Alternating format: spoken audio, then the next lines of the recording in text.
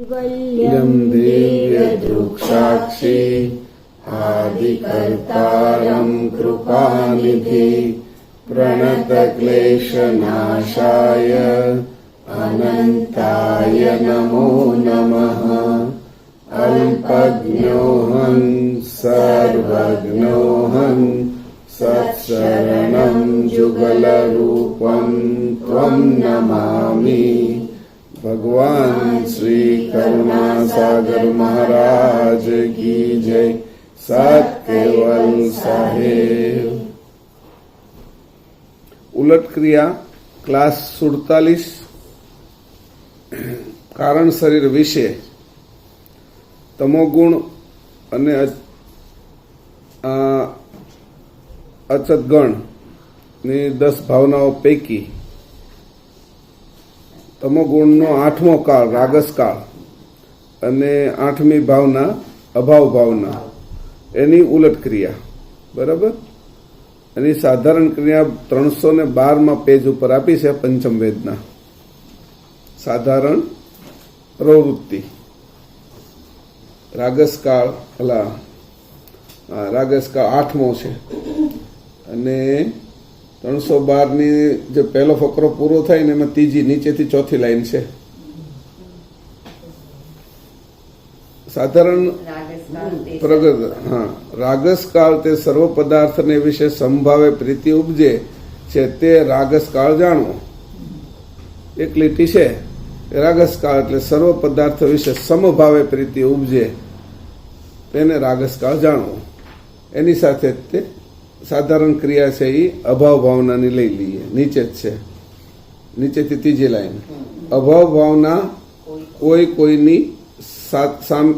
કોઈ કોઈની સાથે સ્નેહ બંધાય છે તે પછી કોઈક દિવસે એકમેકની પ્રીતિ નથી રહેતી પણ અચાનક તૂટક થઈ જાય છે તે અભાવ ભાવના જાણવી. સામેની સાથે લખજો. અભાવ ભાવના કોઈની સાથે સામેની સ્નેહ બંધાય છે તે પછી કોઈક દિવસે એકમેકની પ્રીતિ નથી રહેતી પણ અચાનક તૂટક થઈ જાય છે તે અભાવ ભાવના જાણવી. બરાબર. રાગસકાળ છે એ સમભાવે જોડાય છે અને અભાવ ભાવના એને તોડે છે. એવી રીતે બે ભાગ થયા. એકને જોડવાનું કામ છે અને એકને તોડવાનું કામ છે. રાગસનું વિરુદ્ધ વિતરાગ છે અને અભાવનું વિરુદ્ધ ભાવ છે. ભાવ બંધાણો એ ભાવ તૂટે એને અભાવ કહેવાય. રાગસ એટલે વિતરાગ આવી ગયો રાગસમાંથી. એવી રીતે તો રાગસ અને ભાવ એ બે સજાતીય છે અને અભાવ અને વિતરાગ એ બે વિજાતીય છે. એટલે એ બે સજાતી, એ બબેની સજાતી. રાગસ અને ભાવ એ બે સજાતી અને અભાવ અને વિતરાગ એ બે સજાતી છે. બરાબર. આ રીતે રાગસકાળ તે સર્વ પદાર્થને વિશે સમભાવે પ્રીતિ ઉપજે તે જાણવો. અમે આનો અર્થ શું સમજવો કે તમે એવું કીધું કે સર્વ પદાર્થ એટલે આમાં એવું સર્વ પદાર્થ ઉપર પ્રીતિ ઉપજે. ઉપજનાર ઉપર પ્રીતિ ઉપજવાની વાત નથી કરી. ધ્યાન રાખજો. મને પ્રીતિ ઉપજે છે તો મને બાદ કરીને જે સર્વ પદાર્થો છે એની વાત છે. એની સાથે રાગ બંધાય છે મારી સિવાય. આ વાત સમજજો. એટલે કીધું મારા સિવાય, હું જે પ્રીતિ ઉપજાવનાર છું તેના સિવાય, હું જે પ્રીતિ બધા પદાર્થો ઉપર ઉપજાવનાર છું એના સિવાય જેટલા પદાર્થો છે એના ઉપર પછી એની કીધું બીજો શબ્દ વાપર્યો છે કે સમભાવે પ્રીતિ ઉપજે એને રાગસકાળ જાણવો. હવે સમભાવે પ્રીતિ ઉપજવી એટલે શું એમ? એટલે રાગસકાળ એ આમ જુઓ તો ક્યાંથી નીકળ્યો છે તો કે અનંગ ચક્ષસત્વ છે ને એનો અનંગ ચક્ષસત્વ સાથે સજાતીય છે. આનંદ તત્વ કારણ અને પ્રકૃતિ તત્વ કારણ સાથે રાગસકાળ અનંત ચક્ષસત્વ સાથે સજાતીનો છે. એની જાતિનો કહેવાય. જેમ ચીકુ અને રાણ એ ઝાડવા છે એક જાતિના કહેવાય.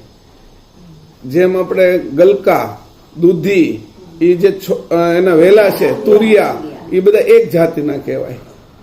બોર છે તો બોર ને પછી ચણી બોર હોય, નાના બોર હોય અને કાશીના બોર હોય એ એક જાતિ કહેવાય. ભલે બોર એ આમ જુદા જુદા જ છે, એક જાતિ. એવી રીતે કીધું અહીંયા આ એક જાતિ છે. એવી રીતે રાગસકાળ છે અનંત ચક્ષસત્વ, જો ત્યાંથી જોડવું છે એને, તમે વિચાર કરજો.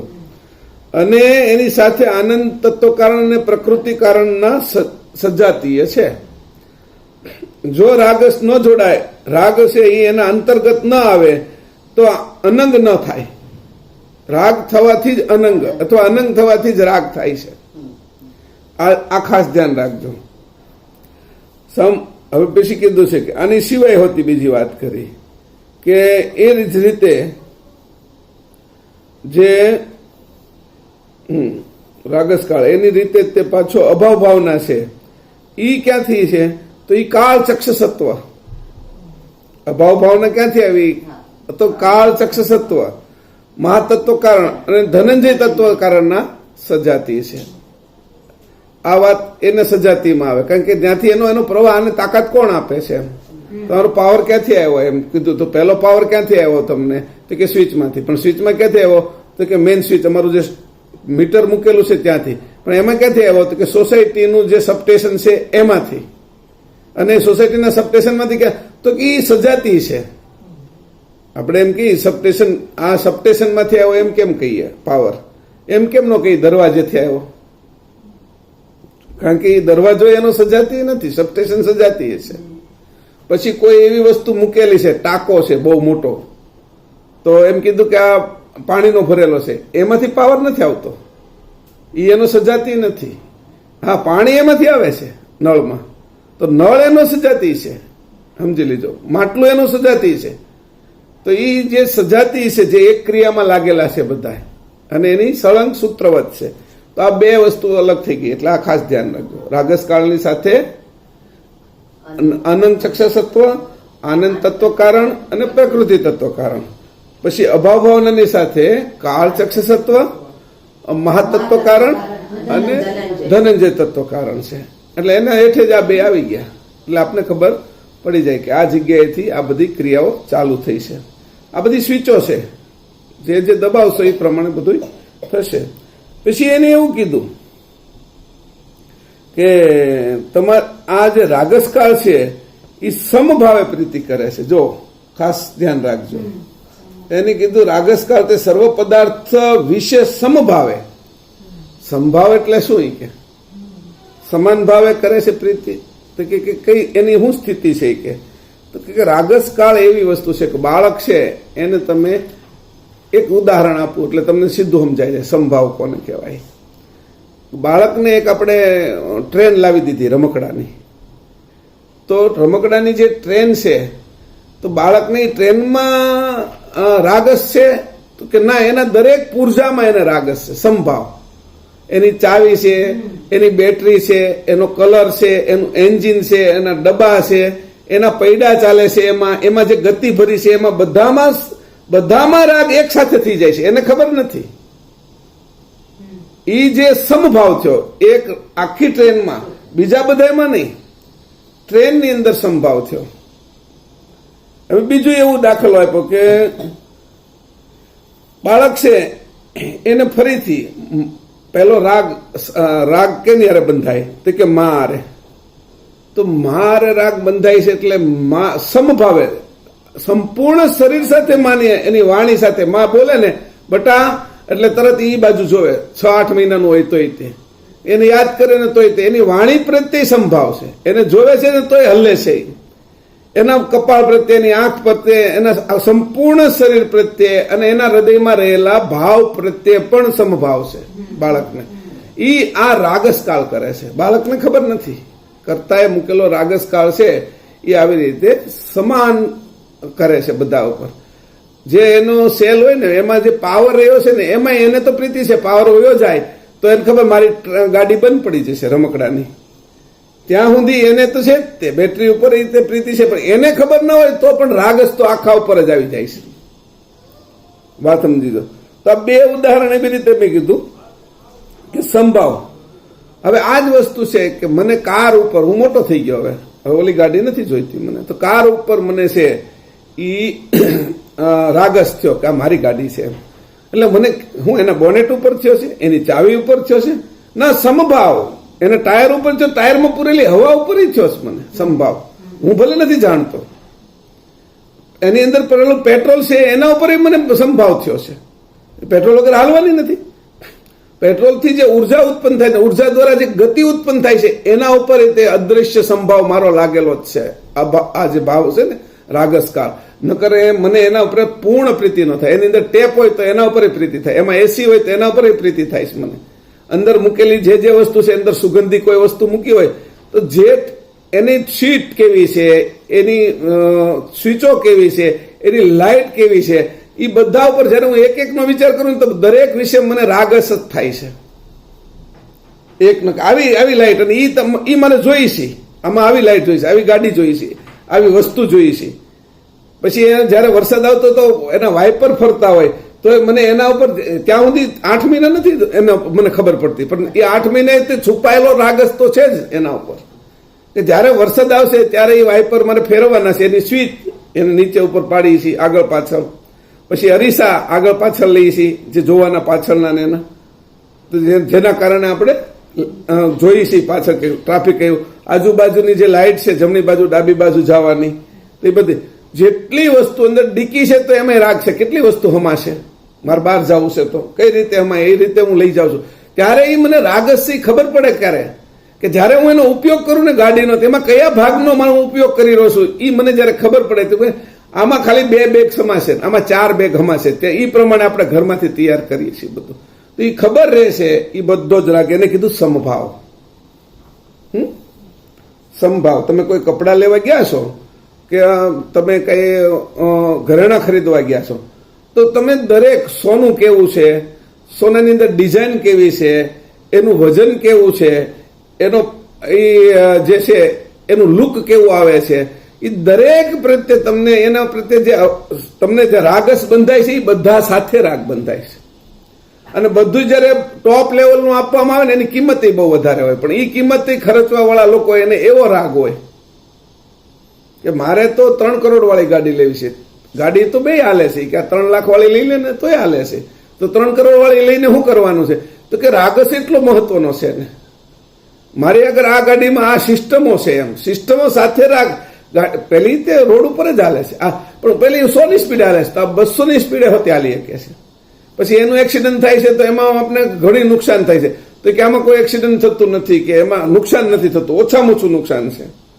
પછી બીજું કે આમાં રોદો નથી લાગતો, પેલી ગાડીમાં રોદો પણ લાગે છે કે આમ હાલતી હોય ને તો આમાં જ ખાલી ઉપર. તો એ જે કઈ છે એ જોયું કે સમભાવ છે, કે રાગસની અંદર સમભાવ. પરમ ગુરુએ મૂકે ને જે શબ્દો એનો ઉકેલ કરવો છે. રાગસ તે સર્વ પદાર્થને વિશે, જે વસ્તુ પદાર્થ છે અત્યારે તમે એક ધારી લીધો, એના અંતર્ગતના સર્વ પદાર્થ છે. હવે અહીંયા ક્યાં શું થયું છે કે હવે આપણે થોડાક ઉપર હાલીએ.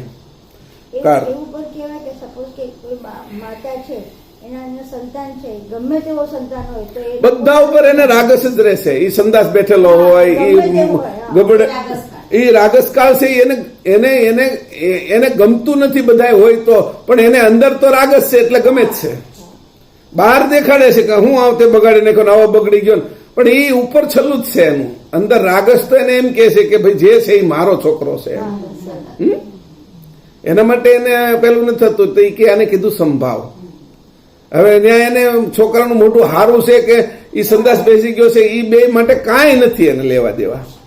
એને તો રાગસ થયો છે કે બંને સમાન લાગે છે, સમભાવ છે. આ સંભાવ કીધો, સમજો?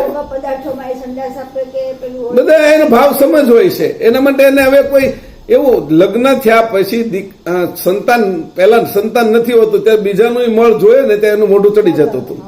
હવે એનું પોતાનું થઈ ગયું. રાગસ કેવી રીતે કામ કરે છે એ આ રાગસ કાળ છે. હવે પોતાનું છોકરું બાજુમાં સંદાસ ભેજે, આખા કપડા સંદાસના ભરાઈ મૂકે છે, અને છતાંય તે બાથરૂમ કરી જાય છે. તો હવે એના પ્રત્યે સેજી એવો કંટાળો નથી થતો, નકર આઘી જતી હતી બીજાને આગળ હતી. તો કે રાગસે હું એની અંદર કાર્ય કર્યું. એને જયારે ખબર પડી ગઈ કે મારો છે એટલે બાકીનું બધું જ મારું છે. હા, એટલે રાગ એને કીધું મોહ. આ રાગસ કાળ છે. એને એની આગળ જો જાય તો એને એની જડતામાં જાય તો એ મોહ થઈ જાય. સમજાણું? આ રાગસકાળ જો રાગસકાળ રહે તો બહુ મજા આવે. રાગસકાળથી આગળ વયો જાય તો મોહ થઈ જાય એટલે નાશ કરે. રાગનો મોહ થઈ ગયો એ જો ન ખબર પડે આપને તો એ નાશ કરે, આપણો નાશ કરે ને બીજાનો નાશ કરે. મોહથી નાશ થાય. અને એવું આપણે જોયું મહારાષ્ટ્રમાં. સમજાણું? એટલે એવી રીતે થાય કે ભાઈ આ શિવસેનાને મોહ થઈ ગયો સત્તાનો, અને સત્તાના મોહના કારણે એના આદિત્ય છોકરા માટે એમ કરીને બધાનો નાશ કરી નાખ્યો. આવું થાય, આવું બધી જગ્યાએ થાય. એટલે આ બધા દાખલાઓ. હવે બીજું કીધું કે હવે તમે મને કહો કે આ રાગસકાળ વાસ્તવમાં શું છે. અત્યાર સુધી મેં તમને રાગસકાળની વાસ્તવિકતા નથી કીધી કે તમે આ શું કીધું તો ખોટું કીધું, ખોટું નથી કીધું. પણ રાગસકાળ હકીકતમાં શું છે? અંશને સાતે શરીરની અંદર દરેક ની હાથ સાથે, આંખની સાથે, કાનની સાથે, નાકની સાથે, જીભની સાથે જે રાગ થાય છે એ રાગ સમભાવે થાય છે. કાનને જયારે સંભળાવે છે, આંખને જોરાવે છે, નાકને તરે એને કોઈ આ મારું નથી કે આ મારું નથી, જે રીતે કીધું એનું મળ અને એનું રૂપ પણ મારું જ છે. એમ અંશને અત્યારે સાતે શરીરના દરેક અંગોની સાથે જે રાગ છે એનું નામ છે રાગસકાળ. કે આ રાગ ક્યાં છે કે સ્થૂળમાં તમને દેખાય છે કે એની સંભાવ રાખ્યો છે. આંખે દેખાડે છે તો એને હરખું જ પોખે છે. એને જે ચેતનતા આપે છે આંખને ઓછી આપું, કાનને વધારે આપું, જીભને ઓછી આપું, નાકને વધારે આપું, એવી કાંઈ નથી. હાથને વધારે આપું, પગને ઓછું આપું, એમ નહીં. જેને જેવી જરૂરિયાત છે એ પ્રમાણે એની બળ સાથેની ચેતનતા આપે છે. એ સમભાવે બધા આખા શરીરના દરેક કોષને, દરેક અંગને, દરેક ઇન્દ્રિયોને અને દરેક અંતસ્કરણ સહિત, ગુણગણ સહિત જે કાંઈ છે પંચભૂતના બધા જ ભાગો, એ બધાને 25 પ્રકૃતિને સરખું પોષણ કરે છે. ઈ સંભાવ અંશે રાખ્યો છે. આ સ્થૂળમાં દેખાય છે. હવે સૂક્ષ્મમાં કીધું તો આ શરીર તો અહીંયા પડ્યું છે. સૂક્ષ્મમાં જે ગતિ છે જે પગમાં, એ રીતે મને આ પગ નથી ત્યાં, પણ છતાંય પગ મને ભાસે છે. અને એમાં પગમાં ગતિ છે અને એને આંખ નથી. આ છતાંય સૂક્ષ્મ શરીરમાં આંખ છે જેનાથી હું જોઉં છું. આ આંખ નથી તો એને સંભાવે, એના પગને, એના કાનને, એના બોલવાને, ત્યાં પણ સૂક્ષ્મ શરીરમાં પણ આ અંશ સમભાવે પોષણ કરે છે. આ તો તમે વિચાર કરો તો તમને ખબર પડે કે ઓહો, આ જે રાગસનું કેવું એનું બંધારણ છે. એમ કે ભાઈ હું સપનામાં જાઉં છું તો પગ મૂકીને જાઉં અને ખાલી હાથ લઈને જાઉં અથવા આંખ લઈને જાઉં, એવું ક્યાંય બનતું નથી. જે શરીર સ્થૂળ છે એવું સંપૂર્ણ સપનાના શરીરને પણ દરેક અંગાંગી બધા જ ભાવને સમપ્રમાણે પ્રીતિ ઉપજાવે છે. એ સમપ્રમાણે જે પ્રીતિ ઉપજાવવાનું કામ છે એ રાગસકાળના કારણે કરી રહ્યો છે અંશ. આ વાત સમજી લીધું. પેલા ઉદાહરણ આપ્યા એટલે સ્પષ્ટ થઈ જાય. એટલા માટે ઓહો, રાગસકાળને અહીંયા લઈ જવાનું છે. હવે આપણે જોઈએ છીએ કે આપણે કોઈ ગીત સંગીતના કાર્યક્રમની અંદર જઈએ છીએ તો કોઈ એવી મહેફિલ હોય કે કોઈક એવા કાર્યક્રમો હોય ગીત સંગીતના કે દાંડિયા રાસના હોય. હમણાં રાસ ગરબા જાય તો નોરતાના કેવા કાર્યક્રમોમાં આપણા લગ્ન પ્રસંગો હોય ત્યારે રાખીએ છીએ. સંગીતવાળાને, ગાવાવાળાને બધાને બોલાવીએ છીએ. તો ત્યારે જે સાંભળે છે એ સાંભળે છે કાનથી, અને સાંભળે છે કાનથી, આંખથી જોવે છે ત્યારે બધું સંભાવે જોવે છે. પણ દરેક સાધનને ગાવાવાળાની સાથે એને એટલો જ રાગ છે, સંગીત વગાડવા સાથે એને એટલો જ રાગ છે. કોઈ નાચે છે તો બધું સમભાવે કરીને આનંદ મેળવે છે. એમાં કઈ ખૂટતું નથી. એટલે ત્યાં હોતી સંગીતની અંદર જયારે જાય છે ત્યારે એનો જ્યાં સમભાવ થઈ છે એને સમાન પ્રીતિ ઉપજાવે છે, ત્યારે એને આનંદ મળે છે. વગાડવાવાળા જુદા છે, ગાવાવાળા જુદા છે. વાંસળી વગાડવાળો, ઢોલક વગાડવાળો, મંજીરા વગાડવાવાળો, બેન્જો વગાડવાવાળો, અમુક સિસ્ટમ વગાડવાવાળો, અને સાથે નાચવાવાળા જુદા છે. નાચવાવાળાના અંગો જુદા છે. હાથની કોઈ નવી પેલી કરે છે, પગની, પણ જે જોવે છે અને સાંભળે છે એ સમાન ભાવે જોવે છે એટલે આનંદ લઈ શકે છે. તો એવી રીતે રાગસ આ રીતે કીધું કે સમભાવે પ્રીતિ ઉપજાવે છે આ રાગસકાળ. કોઈ માહિતી આપણે હવે શરબત પીએ છીએ તેના દરેક ભાગ ઉપર આપણે જયારે પ્રીતિ જોઈ છે. શરબત એક છે પણ મીઠું છે, લીંબુ છે, ખાંડ છે, પાણી છે, જે કાંઈ છે ખાવા પીવાની દરેક વસ્તુની અંદર તો જેમાં આપણે રાગસ થાય છે એના દરેક અંગ સાથે થાય છે રાગ. એટલે એને કીધું સમભાવે પ્રીતિ ઉપજાવે છે. આ સમજી લીજો તમે કે ભાઈ આ વસ્તુ ઘણી વખત આવું બને કે ભાઈ આ કોઈ છોકરા છોકરીને પ્રેમ હોય ને એમાં કોઈ એકાદો રોગ હોય એને તો એ રોગને એ જો સંભાવે ન જોવે તો એને પ્રીતિ નથી, કંઈક જુદું છે. તો જ્યારે પ્રીતિ છે તેને રોગ બોગ આ તે એ બધું જોવાતું નથી. એને એ રોગને પણ સંભાવે. શિષ્ય હતા સ્વામી વિવેકાનંદ, તો ગુરુને છે એ કેન્સર છે રામકૃષ્ણ પરમહંસને, અને કેન્સર છે તો ગુરુમાંથી કેન્સર પ્રત્યે પેલું નથી કરતા, ગુરુ સાથે આવેલું છે તો એને હોતી સંભાવે જોવે છે. એ રાગસ છે એ સંભાવે. હવે દ્વેષ કરશે, જો દ્વેષકાળનો ઉપયોગ કરે તો એને કેન્સર મટાડવાની શરૂઆત કરશે. કેન્સર ઉપર દ્વેષ ઉપજાવે તો એ કેન્સર રામકૃષ્ણ પરમહંસનું કેમ મટે એના જ પ્રયત્ન કરશે. હા, તો આમ સમભાવ રાખવો, પણ સંભાવ ક્યાં સુધી રાખવો? આ જે રાગસકાળ છે, જો આ બ્રહ્મની સુધી સમભાવ રાખીએ કે, પણ અંશને થવા માટે પછી સંભાવ નથી રાખવો. ત્યાં હું એમ કઉ છું કે મેં એને અપનાવી લીધા કે ભાઈ મને રોગ છો તો રોગ એ હરખો, મારી તંદુરસ્તી હરખી, તો એ જ બ્રહ્મ છે એમ કરીને મેં રાગસકાળે બધું સંભાવ કરી નાખ્યું. તો હવે મને છે ને દ્વેષનો ઉપયોગ કરતા ના આવડ્યો. મેં દ્વેષકાળ આપેલો જ છે. હું કામ એ પહેલા આપ્યો છે મેં કે જે ખરાબ બાબત છે એ મારે કાઢવી છે. ભેગી છે ત્યાં સુધી હું ભલે રાગ કરું એને યારે, પણ મારે મારા છોકરાને ધોઈ નાખવો છે, મળથી બગડેલો છે. એટલે એ તો મારા મનમાં એના પ્રત્યે દ્વેષ કરું તો મારો છોકરો સુધરે અને વાતાવરણ એને વાસોથી વહી જાય. આના માટે દ્વેષ કરવો જોઈએ. એમ પાછો આ રાગ સ્વભાવે થઈ ગયો છે, પણ તમે એને દ્વેષ કરી એને જે ખરાબ બાબતો છે એને કાઢી જ મૂકવી જોઈએ. ઘરમાં સારી વસ્તુ આવે પણ તમે કચરું પડ્યું છે આ છે તો એના પર તમે દ્વેષ કરો, સંભાવે તમે જોવો છો, પણ હવે મને આ કચરું બરાબર નથી લાગતું તો એને કાઢી નાખવાનું છે. એ દ્વેષ કરવાનો છે, એના ઉપર વાળી નાખવાનું છે, એને પોતું મારી દેવાનું છે, એને ધૂળઝાળા કરી નાખવાના છે, એના ઉપર દ્વેષ કરવાનો છે. આ સમભાવે જે થયું છે એની અંદર જે એકદમ રિધમમાં હાલે છે એના ઉપર સંભાવની પ્રીતિ રાખવાની છે. પણ એ રિધમ એની બગાડે છે કોઈ વસ્તુ, તો એને તરત જ ટાયરમાંથી હવા વહી ગઈ તો તરત એ હવાને પાછી હરખી કરવી પડશે. પછી ન્યાય એવું નથી કહેવાતું સંભાવ છે કે એક 3 ટાયરમાં તો હવા છે ને એકને હકાવી નાખીએ, એમ નહીં. તરત જ તેને લઈ જવાની છે. એના પ્રત્યે દ્વેષ કરીને પછી સંભાવ લાવવાનો છે કે ભાઈ આ ત્રણેય જેવું આ સમાન કેમ થઈ જાય, એને સંભાવમાં લાવવું છે. એટલે એ ટાયર બદલવું પડે તો બદલવાનું, એને છે એ પંચર કરવું પડે તો પંચર, હવા ભરવી પડે તો હવા, જે કરવું પડે એ કરી અને જે દ્વેષ ભાવે કરીને એને દૂર કરીને પાછો એવું જ મૂકી અને પાછો એની સાથે સમભાવ કરી નાખવાનો છે. એટલે રાગસ કરી નાખવાનો છે તો બરાબર ચાલશે. જે લોકો આ વાત ન સમજી શક્યા પરમ ગુરુની અને બ્રહ્મ બધું એક જ છે, એની ખરાબને અપનાવી લીધા અને હારાને અપનાવી લીધા, એનો વાંધો નહોતો અપનાવે એનો, પણ ખરાબ જે લોકો છે એની અંદરથી ખરાબી તો દૂર કરતી જવી જોઈએ. મેં કીધું તું ને, ગમે એવો દુશ્મન છે તો દુશ્મન ભાવે જોવાનો છે, પણ અંશ ભાવે તો એને પ્રીતિ જ રાખવાની છે. એ જ વસ્તુ અહીંયા ધ્યાન રાખવાનું છે. ભાઈ આ કેવું છે તો કે રાગસ જો,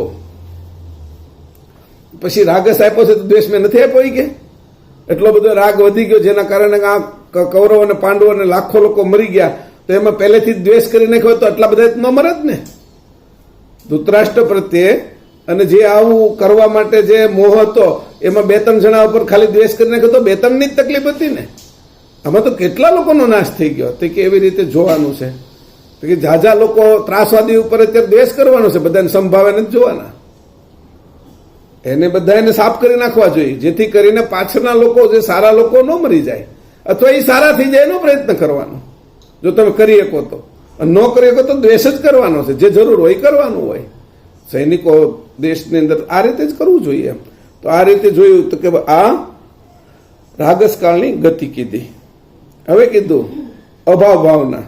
આ સામાન્ય વાત કરતો કરતો મેં એ લીધું છે, ઉલટ ક્રિયા તો પછી કરશું. અભાવ ભાવના શું છે? તે ઉપરના રાગસના બંધનમાંથી વસ્તુ ઉપર ક્રમશઃ અભાવ ઉપજાવીને સહજતાથી છૂટું પાડે છે. હવે અહીંયા દ્વેષકાળે લગાડવાનો છે ખોટા ઉપર અને અભાવ ભાવના લગાડવાની છે, એટલે સાથે મેં મૂક્યો છે. એક જ ભાગ છે સંભાવ. તમને મેં રાગસકાળના 9 ભાગ આપ્યા છે અને દ્વેષ અભાવ ભાવનાનો એક ભાગ આપ્યો, પણ અભાવ ભાવના તમારે એક ભાગની લગાડવાની તો છે જ, આખો દી તમારે વાળ્યા નથી કરવાનું. હા, એટલે એ આ ઓટો સિસ્ટમ જ છે, પણ આપને વાપરતા આવડે તો આપણે ભાગશાળી કેવા. આ એની મેળે તો પ્રકૃતિ કરતા એ તત્વોને બનાવે છે, એ વાપરે છે, પણ એ આપણે સ્વતંત્ર વાપરતા આવડે તો કેટલું સારું. એ આપણે એટલે એ આપણે એને કીધું સ્વતંત્ર વાપરતા આવડે એ જ આપણી સ્વતંત્રતા. તત્વને સ્વતંત્ર વાપરી એકી એનું નામ મોક્ષ, એ આપણી સ્વતંત્રતા. અને તત્વને સ્વતંત્ર ન વાપરી એકી એ આપણી ગુલામી, એનું નામ બંધન, ઓલું નામ મુક્તિ. આ વાત સમજવાનું. પછી કીધું અભાવના તે ઉપરના રાગસના બંધનમાંથી વસ્તુ પર ક્રમશઃ અભાવ ઉપજાવીને સહજતાથી છૂટા પાડી દે છે. તે કાળચક્ષ તત્વ તથા મહાતત્વ કારણ અને ધનંજય તત્વ કારણની સજાતીનો છે, એટલે આ રીતે છૂટું પાડી દે છે. કે હવે કે અભાવ ભાવના અને કાળચક્ષ તત્વ સજાતી હોવા છતાં તે જુદી પદ્ધતિથી છોડાવે છે. હવે જો આને હું સમજાવું કે કાળચક્ષ તત્વ અને અભાવ ભાવના એ છોડાવે છે, પણ બંનેની પદ્ધતિ જુદી છે છોડાવવાની.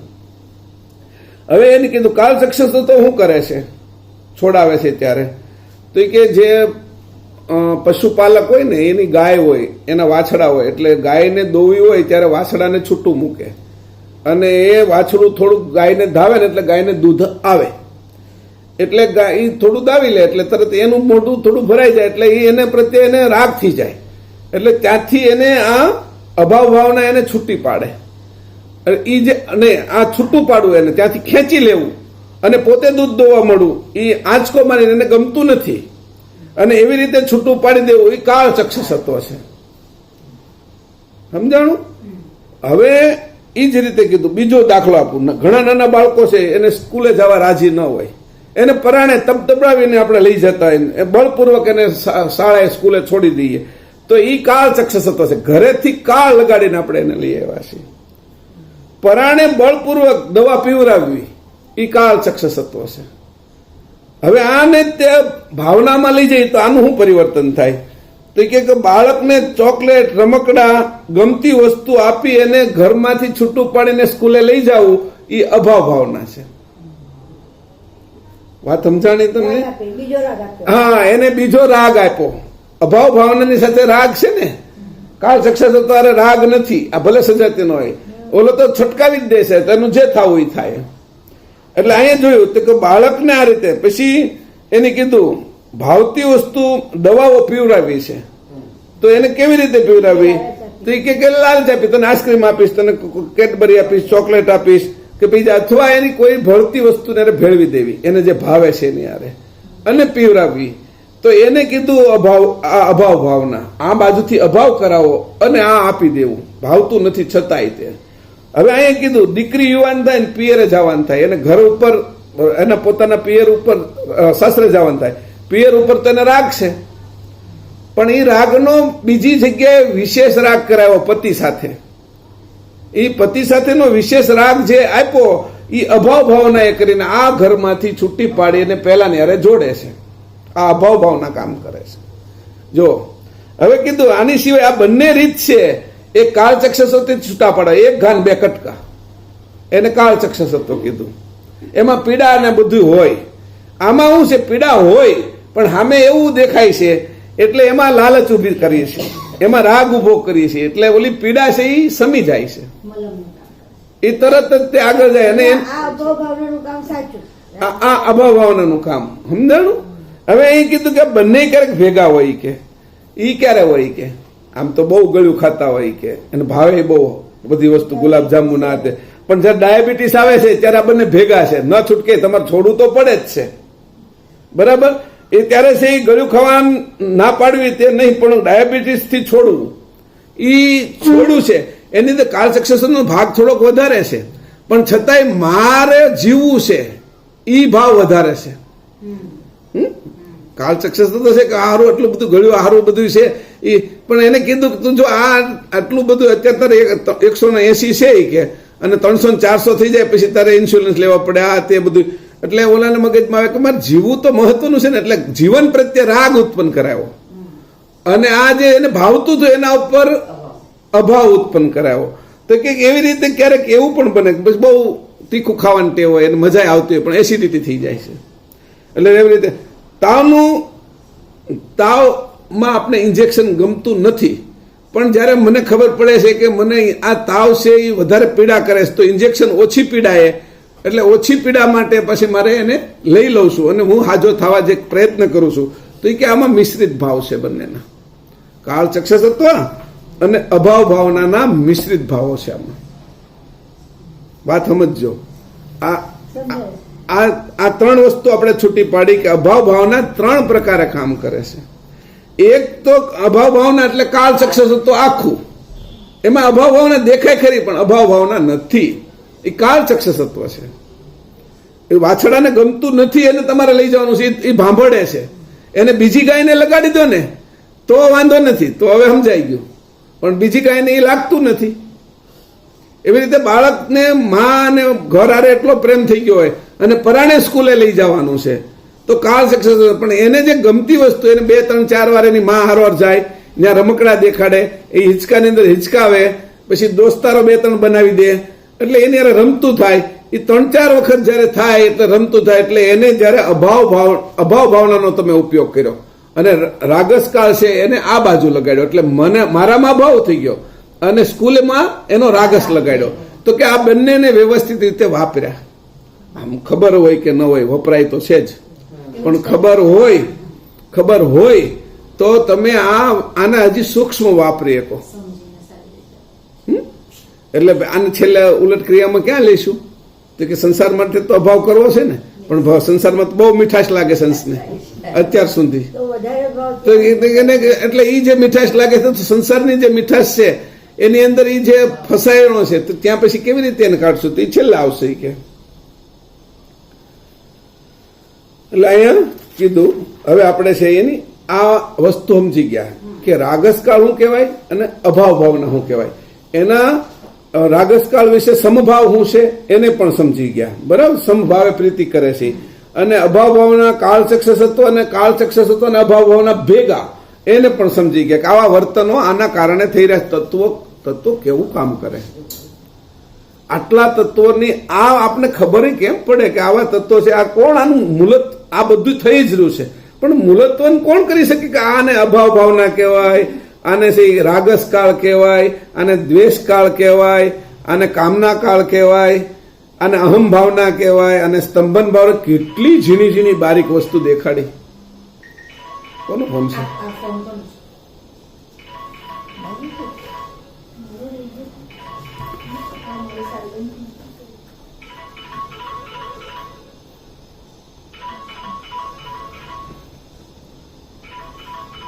એટલે હા, બાજુમાંથી બંધ કરી દેવાય, બાજુમાંથી. હા બસ થઈ ગયું, હવે વાંધો નહીં. એટલે એની જે રચના કરી છે, આ રચનાને કોની તાકાત છે કે સમજી શકે? અંશની ગતિ. આ રચનાને સમજો ને બરાબર એટલે તમે અંશે થઈ ગયા. મારી વાત સમજી લીધો. અંશે થવા માટે બીજું કશું જ નથી કરવાનું કે આ તત્વની આવી રચના આટલી સરસ રીતે બનાવેલી છે, એ જે બનાવનાર છે એના પક્ષનો હું છું, એની સજાતિનો હું છું, અને આ બધું જે બનાવ્યું છે એ મને વાપરવા માટે એ વિજાતી તત્વ, જેમ મારા બાપા મારું મકાન બનાવે, મારી ગાડી લઈ આવે, એ રીતે મારા આ અંશીએ કેવલ કરતા એ અંશો માટે આનંદ કરવા માટે આ બધું બનાવ્યું.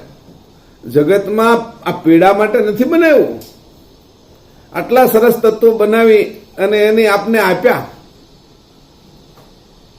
એક એક વસ્તુ કેવી બનાવી. બરાબર? તમે જયારે તપેલી ઉચકો ને ત્યારે ખબર પડે છે ગરમ કે હાણસીની શું જરૂર છે. ગરમ તપેલી ઉચકો ત્યારે ખબર પડે હાણસીની શું જરૂર છે એમ. અને દાડમ ફોલવા જાવ ત્યારે ખબર પડે ચપ્પુની શું જરૂર છે. પાપડ શેકવા જાવ ત્યારે ખબર પડે ચીપિયાની શું કિંમત છે એમ. ભજીયાને બહાર કાઢો તો ઝારાની ખબર પડે, અને તમે કાંટામાં ગયા હો ને ત્યારે ચપ્પલની ખબર પડે. આંખમાં કાણું પડે ત્યારે ખબર પડે કે આંખની શું કિંમત છે.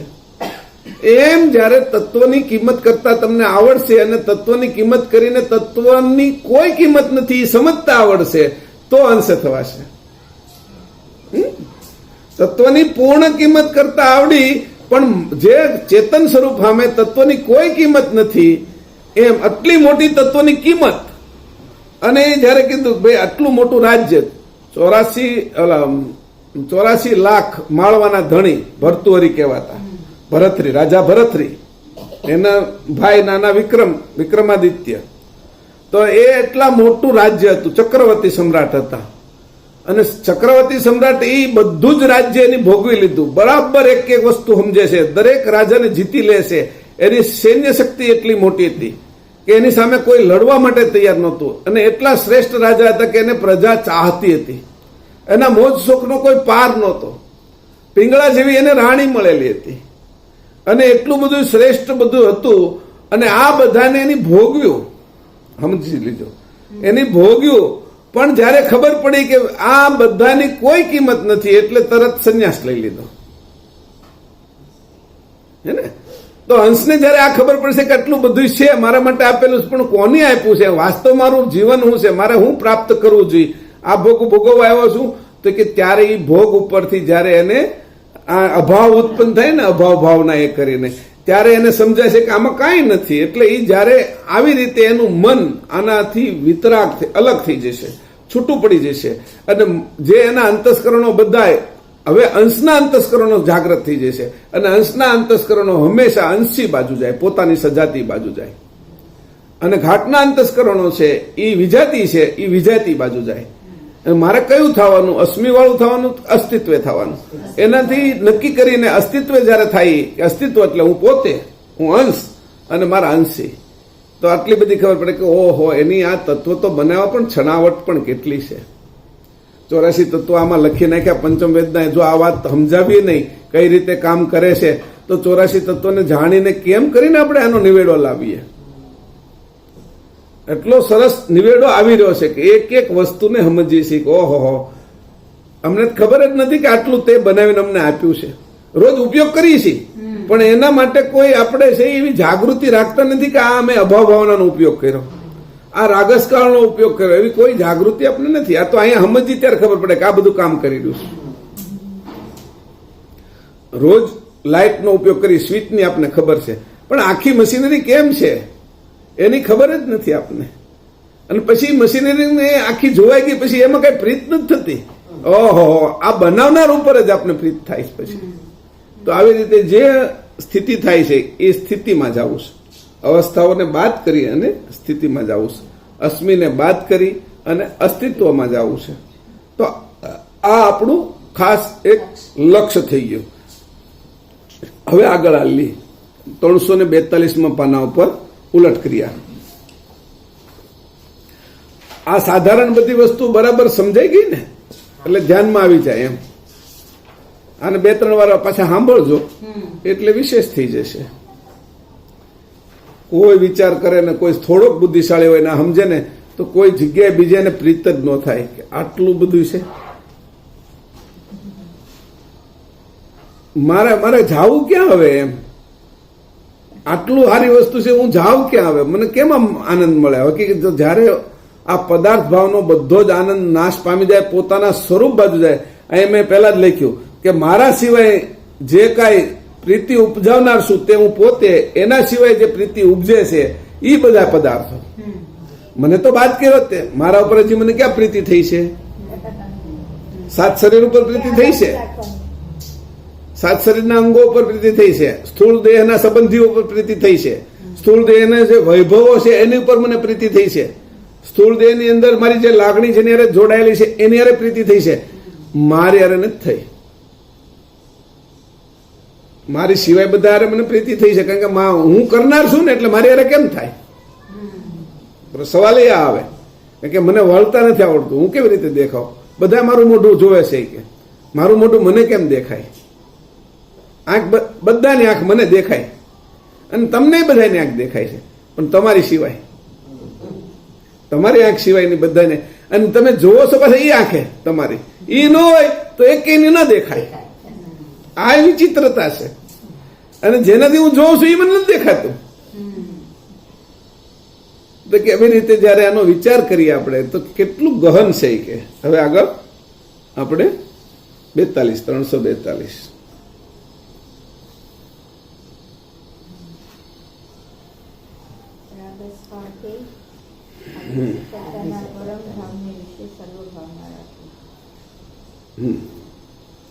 હવે આ રાગસકાળ તે આદિ સકર્તાના પરમધામને વિશે સર્વભાવના રાખવી, આ ઉલટ ક્રિયામાં જાય છે. આપણે રાગસકાળની ઉલટ ક્રિયા 342માં પાના ઉપર પંચમ વેદમાં આપેલી છે અને એનો હું વાંચું છું. એ હવે રાગસકાળ તે આદિ સકર્તાના પરમધામને વિશે સર્વભાવના રાખવી. જે અહીંયા સંભાવે બધું જોતા હતા એ ભાવના બધી જ ઉચકી અને પરમધામને વિશે, કયા પરમધામ, કોનું પરમધામ, તો કે આદિ સકર્તા. આ બાજુના કરતા નહીં, આ બાજુના મોટા દેવો નહીં, વૈભવ વાળા દેવો નહીં, આ બાજુ બ્રહ્મા ઉત્પન્ન કરે, વિષ્ણુ પાલન પોષણ કરે, શંકર સંહાર કરે, આદ્ય શક્તિ ઉત્સાહ વધારે, નિરંજન પુરુષ બધાને એકઠા કરી રાખે, એમાં નહીં. હનુમાનજી છે, ગણપતિ છે, સરસ્વતી વિદ્યા આપે છે, પાર્વતીજી શક્તિ આપે છે, એવી રીતે લક્ષ્મી છે એ લક્ષ્મી આપે છે, સંપત્તિ આપે છે, એમાં નહીં કે. એટલે કીધું કે આદિ સકર્તા રાગસકાળ તે આદિ સકર્તા પરમધામને વિશે સર્વભાવના રાખવી, સકર્તાના પરમધામને વિશે સર્વભાવના રાખવી. પ્રથમ તો ઉપાસના તે સત્સંગને વિશે પ્રીતિ અચળ જોઈએ, પછી તે નિજ પતિના દર્શન થતા સુધી સંત પરમગુરુ, સંત કોને કીધા છે? પરમગુરુ સંઘાતે અક્ષય ઉપાસના રાખવી. એથી કરી તે સર્વ જીવો પરત્વે તે જીવોનું હિત જાણી અનુરાગપૂર્વક નિજગમ લક્ષરૂપ કૃપાદાન આપશે. જેમ મેઘ વૃષ્ટિ કરે છે તેથી કરીને બીજના અંકુરો, પત્ર, ફળ, ફૂલ આદિ ઉદય પામે છે, તે પ્રકારે સંતજને અખિલ જીવન ઉપર દયા કરવી. હવે સંતજને દયા કરવી, પહેલા સંત કીધા એ પરમગુરુને કીધા, પણ અહીંના જે સંતો છે એ એની નીચેના જે સજ્જનો હોય એના ઉપર દયા કરવી. કે ફરીથી એકવાર વાંચું છું અને એના અર્થ હવે કરીએ છીએ. હવે રાગસકાળ તે આદિ સકર્તા પરમધામને વિશે સર્વભાવના રાખવી. બધી ભાવનાઓ મારી ક્યાં રાખવી? તો કે મારે આદિ સકર્તાના પરમધામ વિશે રાખવી. અત્યારે મારી ભાવના ક્યાં છે? તમે અત્યારે જુઓ તો હમણાં અહીંથી તમે છૂટા પડશો ને આપણી ભાવના આપણા ઘર વિશે છે, લઈ જાય છે ને ભાવના ઘરે. તો એવી રીતે મારું ઘર હકીકતમાં આ નથી. એને જોઈ અને વિચાર કરતા પરમધામ જ અંશનું ઘર છે અને એ ઘર કાયમિક છે. અત્યારે હું અહીંયા આવ્યો છું તો સપનામાં આવ્યો છું, કઈ સાચો તો નથી આવ્યો. સપનામાં ગયા હોય આપણે કોઈ તો પાછા ઘરમાં તો આપણે આવી છીએ ત્યારે જ આપણે સંતોષ થાય. સપનું સારું નરું ગમે એવું હોય. એમ આ સપના વિશે હું આ બાજુ છું અને એમાં મેં ઘર કર્યું છે, પણ સાચું ઘર તો મારું પરમધામ છે. એ વિશે સર્વ ભાવના મારી અત્યારથી સમજવી, સમજણપૂર્વક રાખવી. પ્રથમ તો ઉપાસના તે સત્સંગને વિશે પ્રીતિ અચળ જોઈએ. પ્રથમ ઉપાસના તે સત્સંગને વિશે, ઉપાસના શું છે અને સત્સંગ શું છે તે વિશે પ્રીતિ અચળ જોઈએ. સત્સંગ શું છે? સત કોણ છે? કૈવલ કોણ છે? સત, કૈવલ અને સાહેબ કોણ છે એ મેં સમજાવ્યું હતું.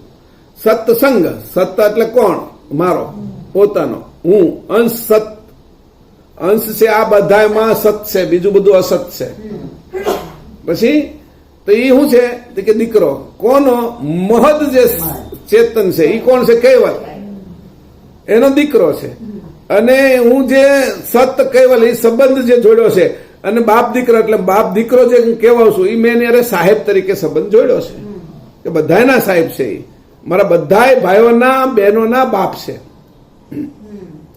એ રીતે અમે બધા અંશોએ એની સાથે જે સંબંધ જોડવાની જે વાત કરી તો એને કીધું સત્સંગ, ઉપાસના. હવે એની સામે રહેવું કોની? કે હું સત્સંગ એટલે તો હું છું અંશ, અને આસન મારે એની સામે બેસવાનું છે આસન મારીને. એ આસન કયા પ્રકારનું છે? તો કે કઈ ચર્મનું આસન? પેલા કીધું કે વાઘ ચર્મનું આસન છે, દર્ભનું આસન છે, સુત્રાવ આસન છે, પછી કીધું રેશમી આસન છે, સિંહાસન છે કે રાજાને હોય એવું. આ આસન કેવું છે કે જેમ મારે નાખીને એની સામે બેસવાનું છે. તો કે વૃત્તિને સ્થિર કરવીને એના ઉપર બેસવું એનું નામ આસન. અંશે પોતાની વૃત્તિ ચેતન પક્ષમાં સ્થિર કરવી, ચેતન કૈવલ સાથે સ્થિર કરવી અને એમાં બેસવું એનું નામ આસન. હવે આમાં મદદ કોણ કરશે એની સામે બેસવામાં? પરમગુરુ. અહીંયા કીધું છે તરત કે પરમ ગુરુ સંઘાતે. તો તું જે આસન નાખીશ તો તને ઘડી ઘડીકમાં ઉભું થઈને બધે રખડવાનું મન થશે.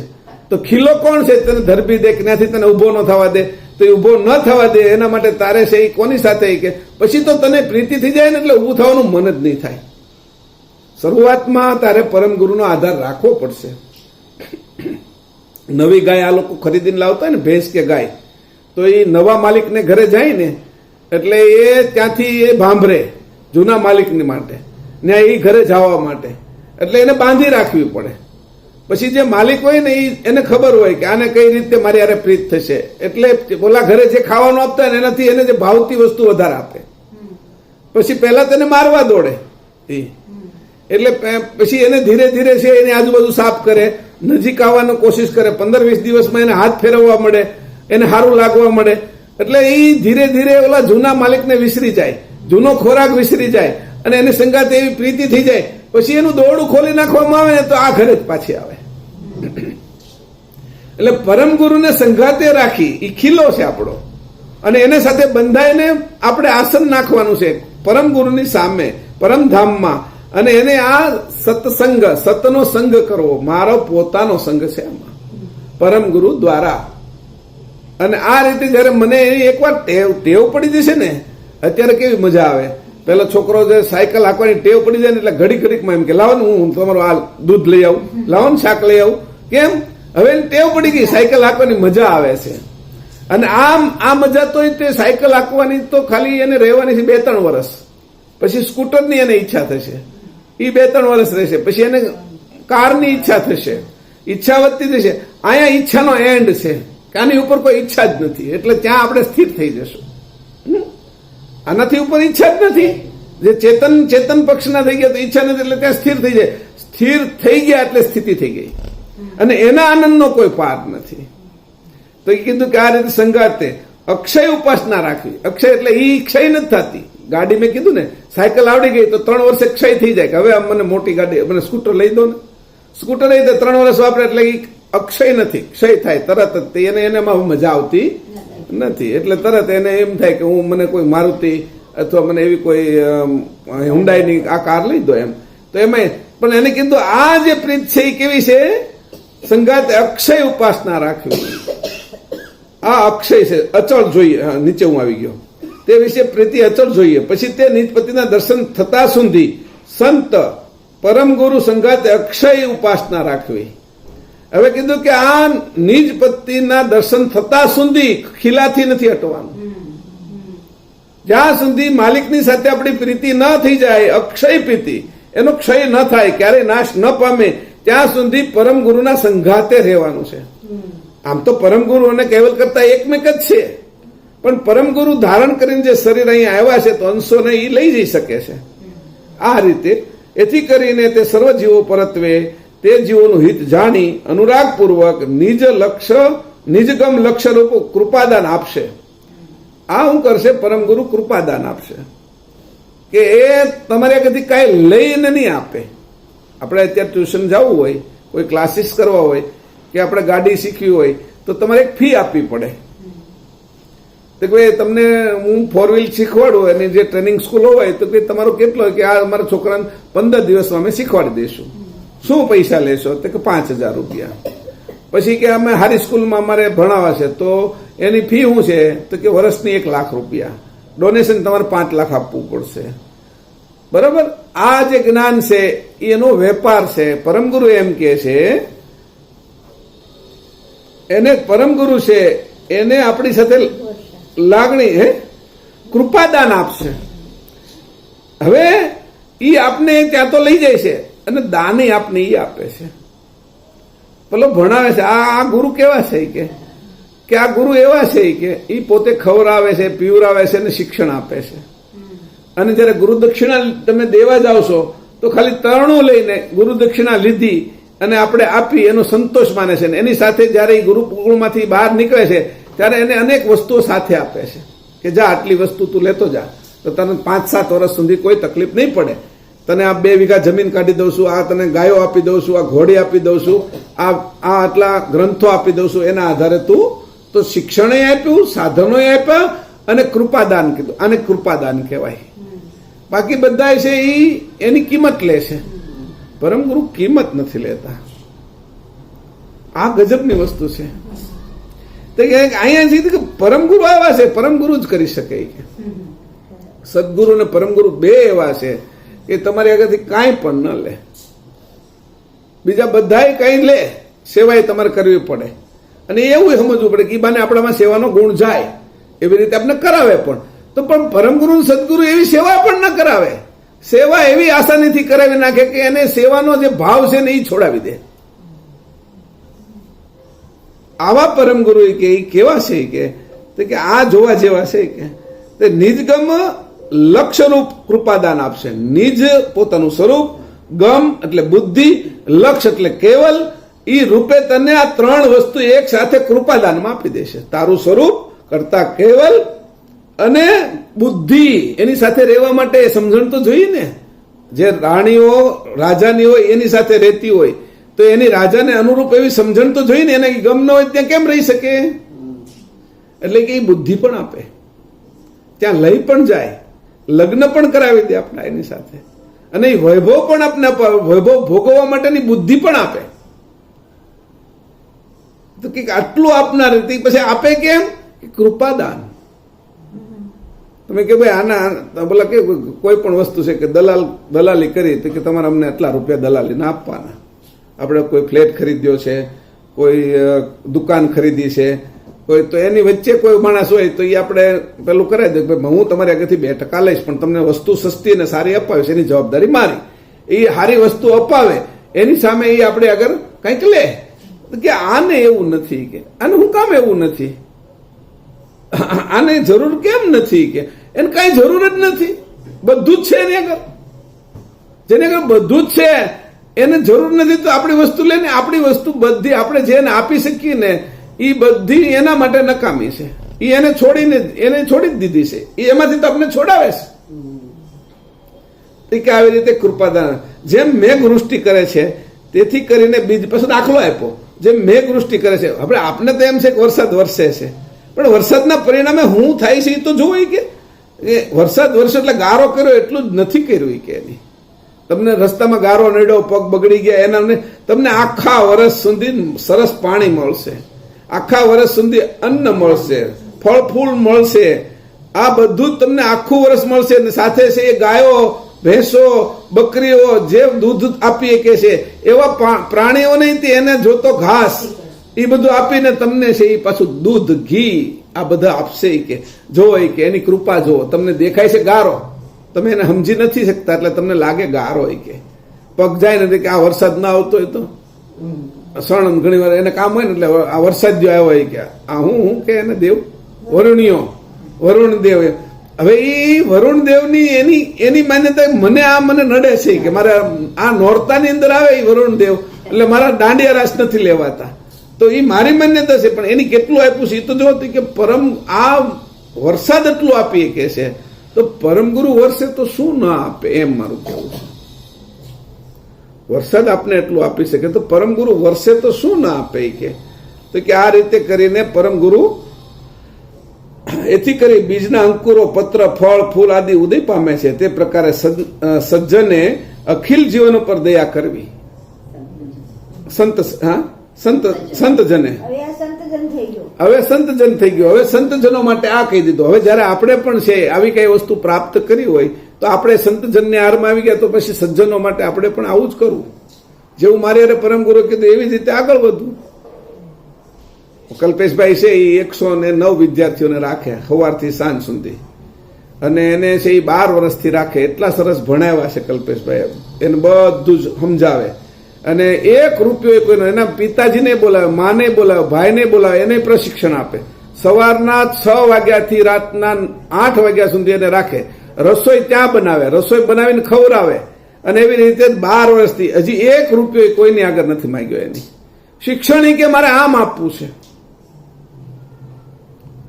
આવું ક્યાંય આખા ગુજરાતમાં નથી આવતું. ને એટલા શ્રેષ્ઠ વિદ્યાર્થીઓ થાય, 12, 13, 14 વર્ષનો છોકરો થાય, 6 વર્ષે મૂકે ને એટલા સમય ત્યાં રહે તો એ બહાર જાય ને 3-4 કલાક તો તે 15-20 હજાર કમાઈને આવે ને એટલી હોશિયારી, સર્ટિફિકેટ આપવાને એટલા હોશિયાર કરી દે કોઈ પણ વિષયની અંદર.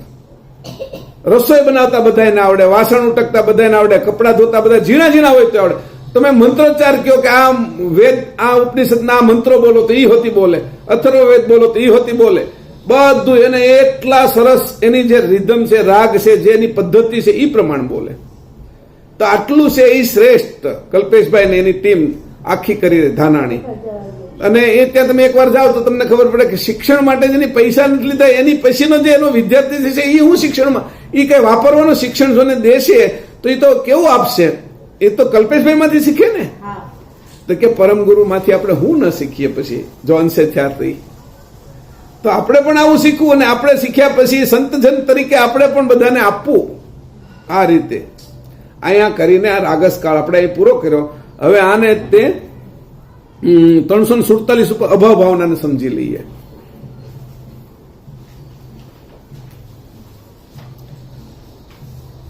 અભાવ ભાવના. હવે અભાવ ભાવના તે વિષય વૈભવ જોઈને તેમાં અભાવ રાખો અને પરમેશ્વર રૂપ સદગુરુ પદને વિશે પ્રેમ તથા હેતુ અખંડ રાખો. અભાવ ભાવને ક્યાં લગાડી પાછી? વિષય. વિષયની અંદર વૈભવ છે. વૈભવ વિષયમાં ન મૂકેલો હોત તો એટલા બધા ફસાદ થોડા. વૈભવ મૂક્યો છે વિષય વૈભવ ઉપર, વિષયની અંદર મૂકેલા વૈભવ ઉપર જોઈને તેમાં અભાવ રાખો અને પરમેશ્વર રૂપ સદગુરુ પદને વિશે પ્રેમ તથા હેતુ અખંડ રાખો. સદગુરુ નથી દેખાડતા, પરમેશ્વર નથી દેખાતા, છતાં એના ઉપર વિશ્વાસ રાખો. અખંડ. એમાં જોવો ને શ્વાસ ક્યાં દેખાય છે? અખંડ વિશ્વાસ છે. શ્વાસોશ્વાસ 24 કલાક લવ જ છું ને હું. હવામાન દેખાતી તો નથી ને, નથી દેખાતી છતાંય મારી અંદર 24 કલાક કામ કરે ને. એમ કીધું આના કરતા પણ પરમેશ્વર કૈવલ કરતા એટલા સૂક્ષ્મ છે કે તારી અરે પ્રાણ કરતા પણ વધારે રહેશે. પ્રાણમાં તો થોડીક બહાર જાય છે, વચ્ચે રોકાય છે, પાછો આવે છે, અંદર રોકાય છે, એટલોય અંતર નથી પડવા દેતા. એવા કૈવલ કરતા ચેતન અંશ રૂપે આ ઘાટ વિશે રહેલા છે, અખંડ રહેલા છે. અને તારે એ જ રીતે એની સાથે પ્રેમપૂર્વક હેતુ અખંડ રાખો. વળી જે જે તત્વ ક્રિયા પરમાર્થ કાર્યમાં આવે એટલી જ ગ્રહણ કરીને વર્તાવજો. જો આપણે અર્થો કર્યા, સ્વાર્થ, શબ્દાર્થ, ભાવાર્થ, રહસ્યાર્થ, ગુઢાર્થ, લક્ષ્યાર્થ ને પરમાર્થ. તો એ કીધું પેલા 6 હેઠેના અર્થોમાં આને નહીં જવા દેતા. કે હું કીધું કે વળી જે જે તત્વ ક્રિયા પરમાર્થ કાર્યમાં પરમ અર્થ પ્રાપ્ત કરવામાં તને મદદરૂપ થાય એટલી જ ગ્રહણ કરીને વર્તાવજો. અને એ સિવાય જે પરમાર્થ કાર્યમાં અનાડ કરે એટલે તમને નડે, રોકે, આગળ જતા અટકાવે એવા તત્વની ક્રિયા દબાવી રાખવી અને તેને વર્તવા દેવી નહીં. આ કરવાનું છે કે કેનાથી? અભાવ ભાવના એ કરીને. વળી જે જે ઠેકાણે જે જે તત્વો ખપ લાગે તે ઠેકાણે તેટલા જ તત્વો માપ પ્રમાણે વર્તાવજો.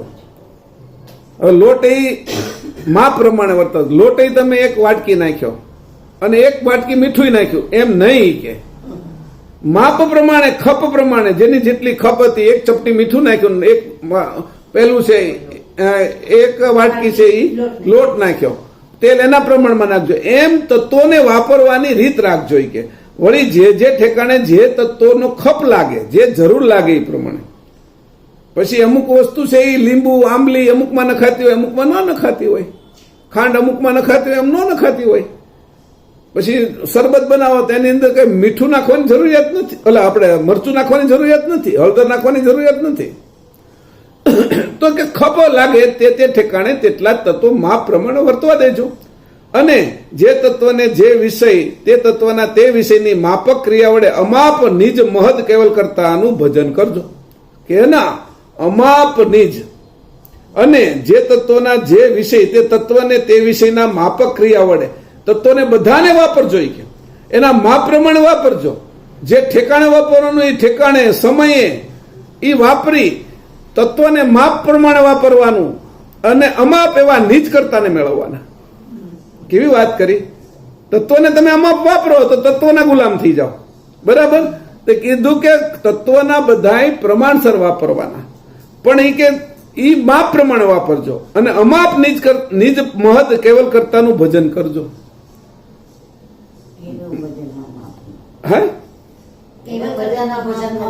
હા, એનું જે ભજન છે એ અમાપ કરજો, તત્વને માપે વાપરજો. કે એનું ભજન કરવામાં તત્વનું માપ રાખજો એટલે બરાબર ભજન થાય કે આ પ્રકારે કેવલ કરતાને પોતાની નિજ દ્રષ્ટિ ઉલટાવીને જોશો ત્યારે દેખાશે, માટે તે દ્રષ્ટિએ અન્યને વિશે અભાવ રાખીને પતિ તરફ જજો.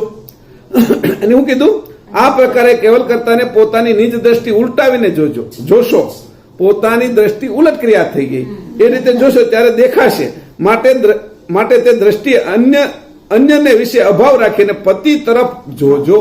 બીજે પતિ તરફ ભાવ કરજો, બીજે બધે અભાવ રાખજો અને પતિ તરફ રાગ રાખજો, રાગસકાળ લગાડજો પતિ તરફ.